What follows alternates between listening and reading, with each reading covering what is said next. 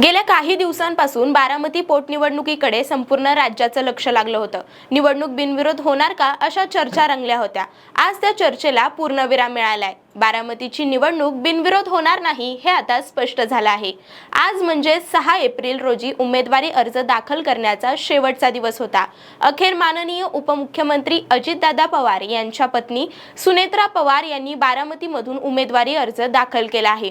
आज सकाळपासूनच बारामतीत काही नाट्यमय घडामोडी घडत आहेत। जाणून घेऊयात या व्हिडिओच्या माध्यमातून। नमस्कार, मी अक्षदा आणि तुम्ही पाहताय .com महाराष्ट्र। आज सकाळी सर्वात प्रथम राज्याचे कृषी मंत्री दत्ता भरणे आणि अजितदादांचे विश्वासू सहकारी किरण गुजर यांनी ओबीसी नेते लक्ष्मण हाके यांची भेट घेऊन बारामतीची निवडणूक बिनविरोध होण्यासाठी विनंती केली आणि या विनंतीनंतर लक्ष्मण हाकेंनी पत्रकार परिषद घेऊन निवडणूक लढवणार नसल्याचं सांगितलं। तसंच त्यांनी पुढे सांगितलं की राज्यातील बड्या नेत्यांच्या विनंतीवरून म्हणजेच राज्याचे मुख्यमंत्री देवेंद्र फडणवीस, उपमुख्यमंत्री एकनाथ शिंदे, धनंजय मुंडे, स्वतः सुनेत्रा पवार या सर्वांनी फोनवरून निवडणूक बिनविरोध होण्यासाठी विनंती केली।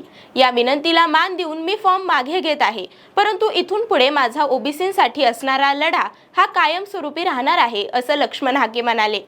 त्याचबरोबर सुनेत्रा पवार यांनी आज सकाळपासूनच धार्मिक आणि भावनिक भेटीगाठींनंतर अजितदादांच्या स्मृतीस्थळाला भेट देऊन अभिवादन केलं आणि पुढे कविवर्य मोरपंत नाट्यगृहामध्ये आयोजित कार्यकर्त्यांच्या मेळाव्यास उपस्थित राहून निवडणुकीत सज्ज राहण्याचं आव्हान कार्यकर्त्यांना केलं। यावेळी मंचावर राज्याचे उपमुख्यमंत्री एकनाथ शिंदे, महसूल मंत्री चंद्रशेखर बावनकुळे, धनंजय मुंडे, आदिती तटकरे यासारखे दिग्गज नेते उपस्थित होते।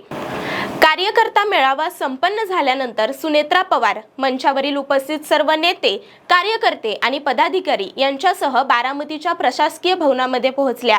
या ठिकाणी सुनेत्रा पवारांनी निवडणूक निर्णय अधिकारी यांच्याकडे बारामती विधानसभेच्या पोटनिवडणुकीसाठी आपला उमेदवारी अर्ज अधिकृतपणे दाखल केला आहे।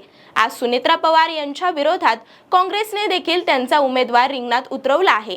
जरी लक्ष्मण हाके यांनी माघार घेतली असली तरी त्यांची आता थेट लढत काँग्रेस सोबत होणार आहे। आता या निवडणुकीकडे सर्वांचं लक्ष लागून आहे। यातच करुणा मुंडे, अभिजित बिचुकले यांच्यासह 15 पेक्षा जास्त उमेदवारांनी सुनेत्रा पवार यांच्या विरोधात अर्ज दाखल केले आहेत। तुम्हाला काय वाटतं? पूर्वीच्या प्रत्येक निवडणुकीत अजितदादांनी ज्या मताधिक्याचे रेकॉर्ड कायम ठेवले होते ते रेकॉर्ड सुनेत्रा पवार कायम ठेवतील का?